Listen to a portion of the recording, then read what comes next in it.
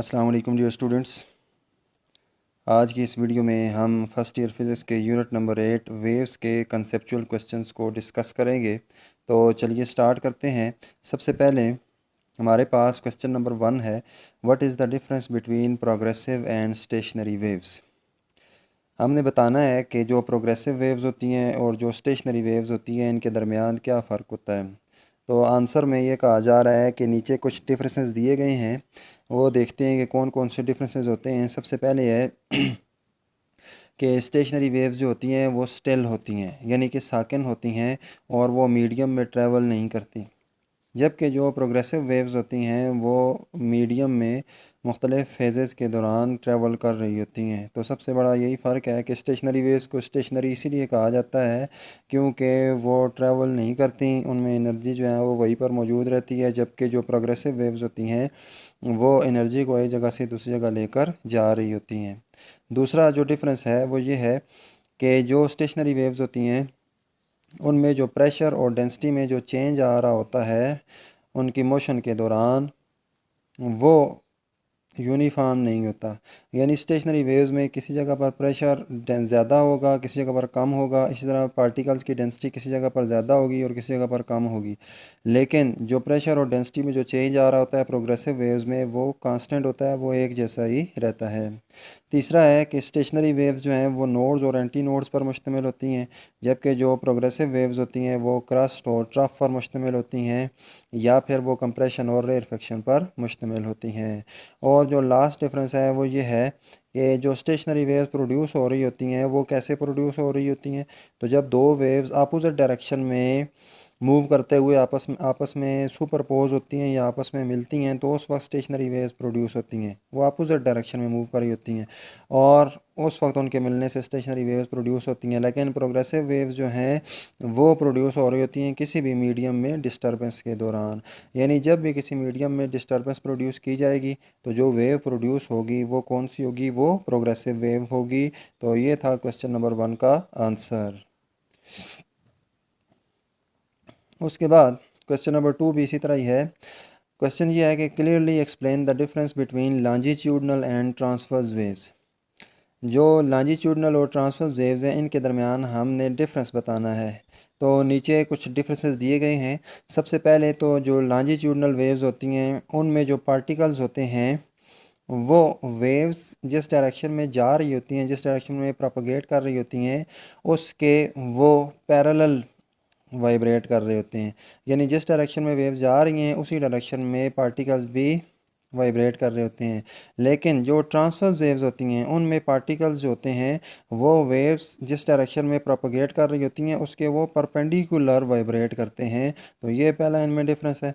दूसरे नंबर पे longitudinal waves जो हैं वो एक ही डायरेक्शन में एक्ट कर रही होती हैं, जबकि ट्रांसवर्स वेव जो हैं ये 2 डायमेंशन में एक्ट कर रही होती हैं। क्योंकि पार्टिकल्स जो हैं वो ऊपर नीचे अगर जा रहे हैं तो वेव आगे की तरफ ट्रैवल कर रही होगी, तो ट्रांसवर्स वेव में 2 डायरेक्शन में एक्ट कर रही होती है, लेकिन जो लॉन्जिट्यूडनल वेव है वो एक ही डायरेक्शन में एक्ट कर रही होती है, क्योंकि जिस डायरेक्शन में पार्टिकल्स वाइब्रेट करते हैं उसी डायरेक्शन में वेव भी ट्रैवल कर रही होती है। थर्ड है, लॉन्जिट्यूडनल वेव्स जो हैं उनको पोलराइज नहीं किया जा सकता, लेकिन जो ट्रांसवर्स वेव्स होती हैं उनको पोलराइज किया जा सकता है। पोलराइजेशन क्या होती है? तो बहुत सारे जो प्लेन्स ऑफ वाइब्रेशंस होते हैं पार्टिकल्स के उनको सिर्फ एक ही प्लेन ऑफ वाइब्रेशन तक महदूद कर देना, इस अमल को कहा जाता है पोलराइजेशन। और लॉन्जिट्यूडनल वेव्स में ये पोलराइजेशन की प्रॉपर्टी नहीं पाई जाती। फोर्थ है, लॉन्जिट्यूडनल वेव्स जो होती हैं वो सारे मीडियम से उनको प्रोड्यूस किया जा सकता है, जबकि जो ट्रांसवर्स वेव्स होती हैं वो सिर्फ सॉलिड्स और लिक्विड्स में ही पैदा की जा सकती हैं।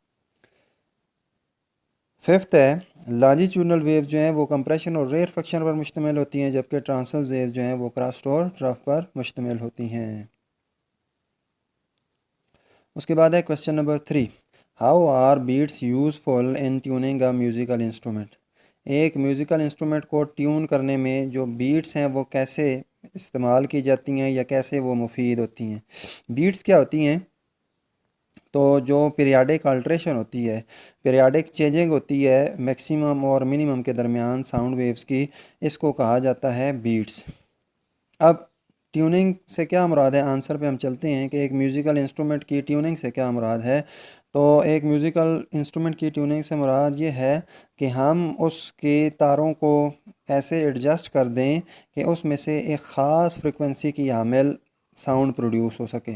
अब एक ख़ास फ्रिक्वेंसी की हामिल साउंड को प्रोड्यूस करवाना उस इंस्ट्रूमेंट में से, इसको कहा जाता है उस म्यूज़िकल इंस्ट्रूमेंट को ट्यून करना।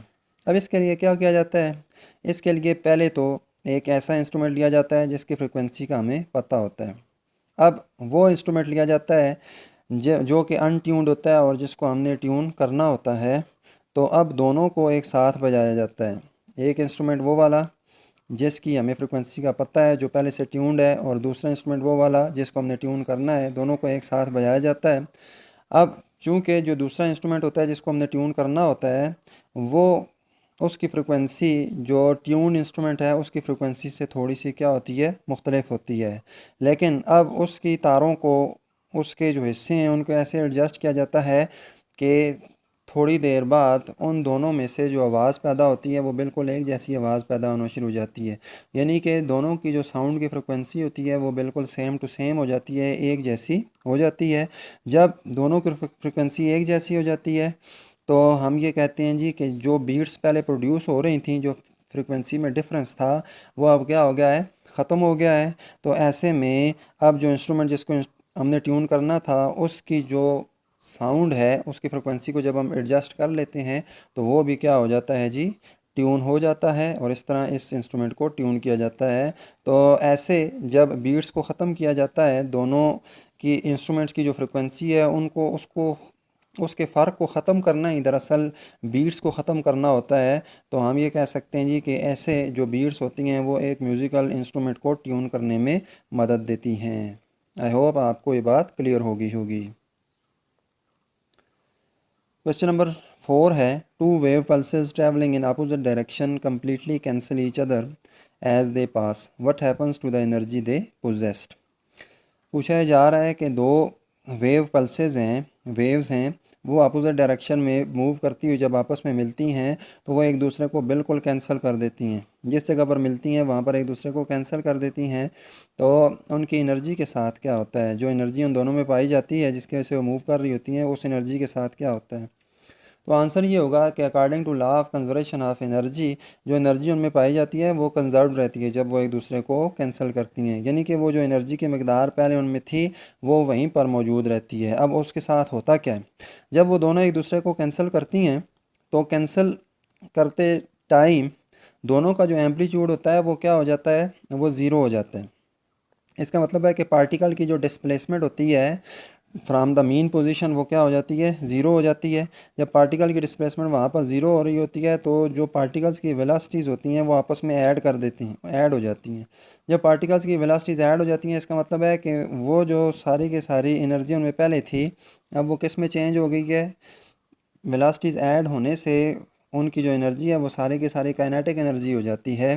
तो जब वो उनकी सारी की सारी काइनेटिक एनर्जी होती है और वो एक दूसरे को कैंसिल कर रही होती हैं तो वो जो वेव्स हैं वो तेज़ी के साथ अपोजिट डायरेक्शन में वहाँ पर क्या कर रही होती हैं, मूव कर रही होती हैं। इसका मतलब है कि जो एनर्जी उनमें थी अब वो किस में चेंज हो गई है, वो काइनेटिक एनर्जी में चेंज हो गई है। अब जो ही वो पल्सेस या वेव्स एक दूसरे को कैंसिल करने के बाद आगे बढ़ती हैं तो दोबारा जिस तरह पहली पोजीशन में थी मिलने से पहले उसी तरह ही वापस हो जाती हैं।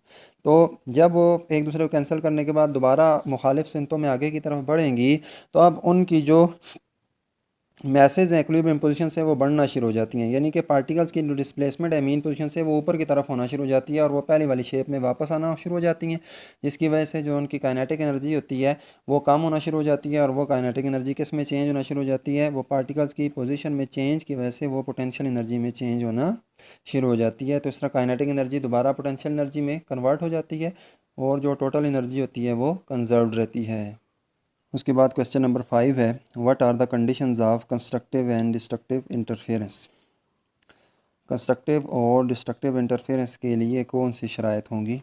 तो आंसर में हम देखते हैं कि जो कंस्ट्रक्टिव इंटरफेरेंस है उसके लिए जो कंडीशन होती है, जो शर्त होती है वो ये है कि जो वेव्स हैं जो कि आपस में मिलने जा रही हैं और इंटरफेरेंस होगी उन दोनों के मिलने से, उन दोनों वेव्स के दरमियान जो फेज़ डिफरेंस होना चाहिए वो फेज़ डिफरेंस जो है वो ईवन इंटीग्रल मल्टीपल होना चाहिए पाई का या 180 डिग्री का। 180 डिग्री या पाई, ये दोनों एक दूसरे के क्या हैं जी, इक्वल हैं। तो फेज़ डिफरेंस दोनों वेव्स के दरमियान क्या होना चाहिए, पाई या 180 डिग्री का। इसका मतलब है कि जब दोनों वेव्स आपस में मिल रही हों तो एक वेव का क्रस्ट दूसरी वेव के क्रस्ट के साथ मिल रहा हो, या एक वेव का क्रस्ट और दूसरी वेव का जो दूसरा क्रस्ट है या तीसरा क्रस्ट है या चौथा क्रस्ट है ये आपस में मिल रहे हों। ऐसी सूरत में क्रस्ट क्रस्ट के साथ मिलेगा, ट्राफ ट्राफ के साथ मिलेगा, तो जो इंटरफेरेंस होगी वो कंस्ट्रक्टिव होगी और जो रिजल्टेंट वेव होगी उसका एम्पलीट्यूड दोनों वेव्स का सम होगा।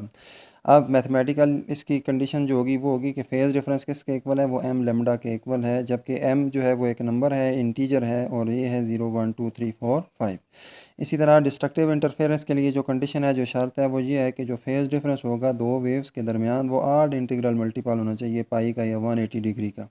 अब आड इंटीग्रल मल्टीपल का मतलब ये है कि जो दोनों वेव्स हैं वो जब आपस में मिल रही हों तो एक वेव का क्रस्ट दूसरे के ट्रफ के साथ, या एक वेव का ट्रफ दूसरे के क्रस्ट के साथ, या एक वेव का क्रस्ट जो है वो दूसरी वेव के दूसरे तीसरे चौथे पांचवें ट्रफ के साथ मिल रहा हो, तो ऐसी सूरत में जो दोनों वेव्स हैं वो आपस में मिल रही होंगी तो इंटरफेरेंस डिस्ट्रक्टिव होगी और वो दोनों एक दूसरे को कैंसिल कर देंगी। मैथमेटिकली जो फेज़ डिफरेंस होगा वो होगा M plus half lambda, M plus half lambda. M जो है वो इंटीजर है, ज़ीरो पुट करेंगे तो हाफ लेमडा आएगा, यानी क्रॉस ट्राफ आपस में मिलेंगे। वन पुट करेंगे तो 1 + 1/2 3/2 हो जाएंगे। तो ऐसी सूरत में क्या होगा, एक वेव का एक क्रस्ट दूसरी वेव के अगले ट्रफ के साथ मिल रहा होगा। तो ये हमारे पास कंस्ट्रक्टिव और डिस्ट्रक्टिव इंटरफेरेंस की शराइत हैं या कंडीशंस हैं। क्वेश्चन नंबर 6 है, how might one can locate the position of nodes and anti nodes in a vibrating string. एक वाइब्रेटिंग स्ट्रिंग के अंदर कैसे हम नोड्स और एंटी नोड्स की लोकेशन के बारे में बता सकते हैं कि उस स्ट्रिंग के अंदर कहाँ पर नोड्स होंगे और कहाँ पर एंटी नोड्स बन रहे होंगे। अब नोड्स क्या होते हैं, तो स्टेशनरी वेव के अंदर वो वाली पोजीशन जहाँ पर जो वेव का एम्पलीट्यूड होता है वो ज़ीरो होता है, वो जगह होती है नोड्स, और जिधर एम्पलीट्यूड वेव का मैक्सिमम होता है वो वाली जगह जो होती है उसको कहा जाता है एंटी नोड्स। अब एंटी नोड जो हैं वो जिस जिस जगह पर एम्पलीट्यूड मैक्सिमम होगा, जिधर इधर वाइब्रेटिंग स्ट्रिंग जो है वो मैक्सिमम एम्पलीट्यूड के साथ वाइब्रेट कर रहा होगा, वहाँ पर जो पोजीशन होगी उसको हम कहेंगे एंटी नोड। और जिधर जिधर स्टेशनरी वेव का जो एम्पलीट्यूड होगा वो ज़ीरो होगा, जैसे कि हमारे पास जो है वो दोनों एंड्स जिधर वो स्ट्रिंग बंधा होगा वो वाले भी उसके एंटी नोड्स होंगे, और बीच वाली जगहों पर भी जहाँ पर भी उसका एम्पलीट्यूड ज़ीरो होगा उन सारी जगहों पर वो क्या होगा जी, वो सारे जगहों पर एम्पलीट्यूड ज़ीरो होगा तो वो सारे नोड्स होंगे। तो इस तरह हम वेव के एम्पलीट्यूड को देखकर नोड्स और एंटी नोड्स की पोजीशन को लोकेट कर सकते हैं। क्वेश्चन नंबर 7 है, is it possible for an object which is vibrating transversely to produce sound waves. क्या ऐसे ऑब्जेक्ट के लिए जो कि ट्रांसवर्सली वाइब्रेट कर रहा हो वो साउंड वेव प्रोड्यूस कर सकता है। तो इसका आंसर है हाँ, ऐसा मुमकिन है। अगर सराउंडिंग मीडियम जो है वाइब्रेटिंग ऑब्जेक्ट का वो इलास्टिक हो, वो लचकदार हो, तो ऐसी सूरत में जो साउंड वेव्स होंगी वो प्रोड्यूस होंगी, चाहे जो पार्टिकल्स की मोशन हो वो ट्रांसवर्स हो या लॉन्जिट्यूडनल हो। मिसाल कैसे देते हैं इसकी, कि जो म्यूज़िकल इंस्ट्रूमेंट है, म्यूज़िकल इंस्ट्रूमेंट जिसमें स्ट्रिंग्स होते हैं जैसे कि सितार है, गिटार है, इन तरह के जो म्यूज़िकल इंस्ट्रूमेंट्स होते हैं इनमें जो स्ट्रिंग्स वाइब्रेट कर रहे होते हैं वो ट्रांसवर्स मोड में वाइब्रेट कर रहे होते हैं, यानी कि वो ट्रांसवर्सली मूव कर रहे होते हैं। लेकिन जो हवा होती है इनकी मोशन की वजह से जो एनर्जी प्रोड्यूस होती है वो जब हवा को मिलती है तो हवा जो है उसमें जो साउंड वेव ट्रैवल करती है वो लॉन्जिट्यूडनल फॉर्म में ट्रैवल कर रही है, यानी उसमें कंप्रेशन और रेयरफेक्शन प्रोड्यूस हो रहे होते हैं। तो स्ट्रिंग्स जो हैं वो वाइब्रेट तो ट्रांसवर्सली कर रहे होते हैं, लेकिन साउंड ये म्यूज़िकल साउंड प्रोड्यूस कर रहे होते हैं और वो म्यूज़िकल साउंड हम सुन रहे होते हैं। तो ऐसा मुमकिन है कि जो ऑब्जेक्ट है वो ट्रांसवर्सली वाइब्रेट कर रहा हो लेकिन फिर भी साउंड को वो प्रोड्यूस कर रहा हो।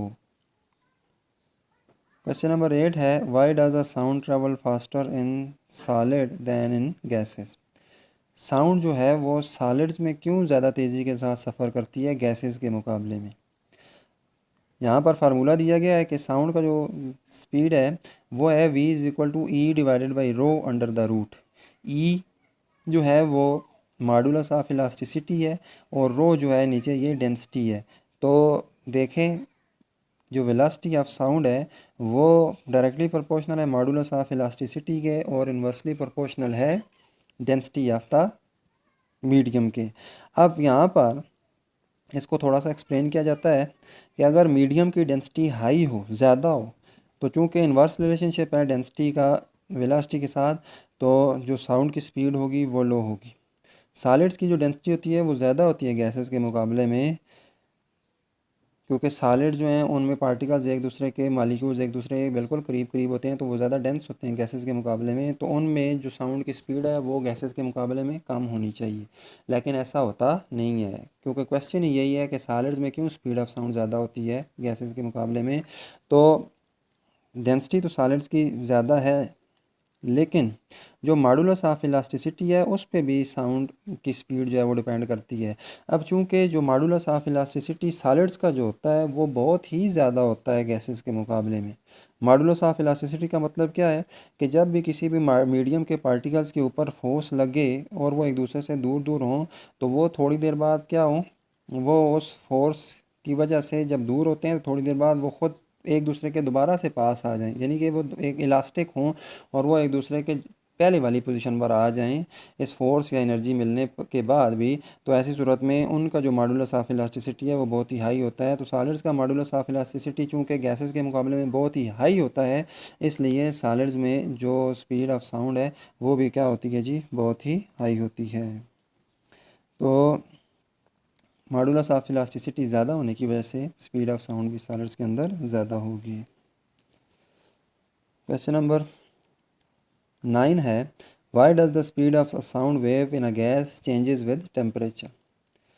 साउंड की जो स्पीड है एक गैस के अंदर वो टेम्परेचर की वजह से क्यों चेंज होती है। टेम्परेचर बढ़ाएं तो स्पीड में इजाफा होता है, टेम्परेचर कम करें तो स्पीड कम हो जाती है। तो इसका आंसर हम देखते हैं कि अगर एक गैस के टेम्परेचर को जब चेंज किया जाता है तो जो काइनेटिक एनर्जी होती है, एवरेज काइनेटिक एनर्जी गैस के पार्टिकल्स की, वो भी चेंज होती है। अब जब एवरेज काइनेटिक एनर्जी गैस के पार्टिकल्स की चेंज होती है तो काइनेटिक एनर्जी में चेंज की वजह से जो स्पीड है वो भी चेंज हो जाती है। कैसे चेंज होती है? तो अब पार्टिकल्स को जब टेम्परेचर दिया जाता है, उनका टेम्परेचर हाई किया जाता है, तो ऐसी सूरत में काइनेटिक एनर्जी उनकी ज़्यादा होगी। काइनेटिक एनर्जी जब उनकी ज़्यादा होगी तो वो बहुत तेज़ी के साथ मूव करेंगे। जब वो बहुत तेज़ी के साथ मूव करेंगे तो उनके साथ जो साउंड वेव्स आकर टकरा रही होंगी, जो साउंड एनर्जी उनको मिल रही होगी, उसको भी वो तेज़ी के साथ एक जगह से दूसरी जगह ट्रांसफ़र करेंगे, जिसकी वजह से जो साउंड की स्पीड होगी वो क्या हो जाएगी, बढ़ जाएगी। फार्मूला लिखा हुआ है v is equal to gamma R T under the root. Gamma constant है, आर भी आइडियल गैस कांस्टेंट है, जबकि टी क्या है, टेम्परेचर है। तो इसको जब हम प्रोपोर्शनलिटी के साइन में चेंज करते हैं इक्वल से, तो हमारे पास आता है v is directly proportional to temperature under root of temperature या स्क्वायर रूट ऑफ टेम्परेचर। ये रिलेशन हमें ये बताता है कि अगर गैस का टेम्परेचर ज़्यादा कर दिया जाए तो गैस की स्पीड भी ज़्यादा हो जाती है। अब स्पीड क्यों ज़्यादा हो जाती है? तो टेम्परेचर ज़्यादा करने से काइनेटिक एनर्जी में ज़्यादा, काइनेटिक एनर्जी पार्टिकल्स की बढ़ जाती है, जिसकी वजह से स्पीड ज़्यादा होती है। क्वेश्चन नंबर 10 है, is it possible for two astronauts to talk directly to one another even if they remove their helmets. क्या दो खलाबाजों के लिए ऐसा मुमकिन है कि अगर वो अपने हेलमेट्स को रिमूव कर दें तो वो एक दूसरे से डायरेक्टली बात कर सकें? या हम इसको ऐसा कह सकते हैं कि क्या ऐसा मुमकिन है कि दो एस्ट्रोनॉट्स जो कि खला में गए हुए हैं वो एक दूसरे से डायरेक्ट बातचीत करें अगर वो अपने हेलमेट्स को भी उतार दें, तो यानी एक दूसरे के आमने सामने हो और वो बात करें तो क्या वो एक दूसरे को सुन सकते हैं? तो आंसर होगा नहीं, ऐसा मुमकिन नहीं है। क्यों मुमकिन नहीं है? क्योंकि साउंड वेव्स जो होती हैं ये मैकेनिकल वेव्स हैं और इनको प्रोपगेट करने के लिए, एक जगह से दूसरी जगह जाने के लिए मीडियम की ज़रूरत होती है। चूँकि स्पेस खाली है, वैक्यूम है, वहाँ पर कुछ भी नहीं है, एयर भी नहीं है, तो जो साउंड वेव्स वो प्रोड्यूस कर, जो साउंड एनर्जी वो प्रोड्यूस कर रहे होते हैं उसको एक जगह से दूसरी जगह लेकर जाने के लिए मीडियम नहीं होता, तो वो साउंड एनर्जी आगे ट्रैवल नहीं करती। अब अगर वो बिल्कुल फेस टू फेस भी हों, हेलमेट्स भी उन्होंने उतारे हुए हों, फिर भी उनको एक दूसरे की आवाज़ सुनाई नहीं देगी। लास्ट क्वेश्चन है, estimate the frequencies at which a test tube 15 centimetre long resonates when you blow across its lip. हमने फ्रिक्वेंसीज मालूम करनी है एक से ज़्यादा। जिन कौन सी फ्रिक्वेंसीज, जिन पर अगर हमारे पास एक 15 सेंटीमीटर लंबी टेस्ट ट्यूब हो और वो रेजोनेट कर रही हो जब आप उस पर फूंक मार रहे हो सामने इसके ऊपर वाली सतह पर। यानी आपके पास एक 15 सेंटीमीटर टेस्ट ट्यूब हो और उस पर आप जब फूंके मार रहे हो और उसके अंदर जो बनने वाला वाइब्रेटिंग एयर कॉलम हो वो रेजोनेट करना शुरू कर दे, तो ऐसी सूरत में किन फ्रिक्वेंसीज़ के ऊपर उसके अंदर रेजोनेशन या रेजोनेंस जो है वो प्रोड्यूस होगी। तो आंसर में हम ये कहेंगे कि जो टेस्ट ट्यूब होती है उसको अगर देखें तो टेस्ट ट्यूब का एक सिरा खुला होता है, दूसरा बंद होता है, और ये किसकी तरह हमें लगता है, तो ये एक क्लोज्ड आर्गन पाइप की तरह लगता है। अब जो टेस्ट ट्यूब होती है ये क्लोज्ड आर्गन पाइप की तरह ही बिहेव करती है। अब क्लोज्ड आर्गन पाइप की जो फंडामेंटल फ्रिक्वेंसी या लोएस्ट फ्रिक्वेंसी होती है वो होती है F1 is equal to v divided by λ1। λ1 जो वेवलेंथ होती है वो 4L की इक्वल होती है, तो F1 इक्वल हो जाएगा v डिवाइडेड बाई 4L। अब लेंथ जो टेस्ट ट्यूब की दी गई है वो 15 सेंटीमीटर है, मीटर्स में कन्वर्ट करें 15 डिवाइडेड बाई 100 तो 0.15 आ जाएगा। जो वेलोसिटी है साउंड की वो है 332 मीटर पर सेकेंड। अब इक्वेशन 1 में ये दोनों वैल्यूज पुट करें तो F1 is equal to v है 332 divided by 4 multiplied by L है 0.15। इनको सॉल्व करेंगे F1 आएगा 553.33 हर्ट्स, ये इसकी फंडामेंटल फ्रिक्वेंसी होगी। बाकी जो फ्रिक्वेंसीज़ हैं वो हम निकाल सकते हैं। F2 के लिए हम लिखेंगे फॉर F2 इक्वल होगी 3F1 के, क्योंकि आड इंटीग्रल मल्टीपल होती हैं बाकी सारी फ्रिक्वेंसीज है इस फंडामेंटल फ्रिक्वेंसी के। तो 3F1 करेंगे, 3 को 553.33 से मल्टीप्लाई करेंगे, F2 जो आएगी वो आएगी 1659.99 हर्ट्स। इसी तरह F3 जो होगी वो होगी 5F1 के, और वो होगा 5 इंटू 553.33, ये इक्वल होगा 2766.65 हर्ट्ज़। और इसी तरह बाकी फ्रिक्वेंसीज़ भी हम F4, F5, F6 निकाल सकते हैं। तो ये होंगी इसकी फ्रिक्वेंसीज़। डियर स्टूडेंट्स, ये थे यूनिट नंबर 8 वेव्स के कंसेप्चुअल क्वेश्चंस, जिनको मैंने बहुत ही आसान अल्फाज में एक्सप्लेन करने की कोशिश की है। आई होप आपके बहुत सारे डाउट्स, आपके बहुत सारे कंसेप्ट जो हैं वो यहाँ से क्लियर होंगे। अब आपका कोई भी क्वेश्चन हो आप कमेंट्स में पूछ सकते हैं। काइंडली वीडियो को लाइक करें, चैनल को सब्सक्राइब करें और बेल आइकन को प्रेस करें ताकि आने वाली तमाम वीडियोस के नोटिफिकेशन आपको मिलते रहें। Thank you so much. Allah हाफिज़।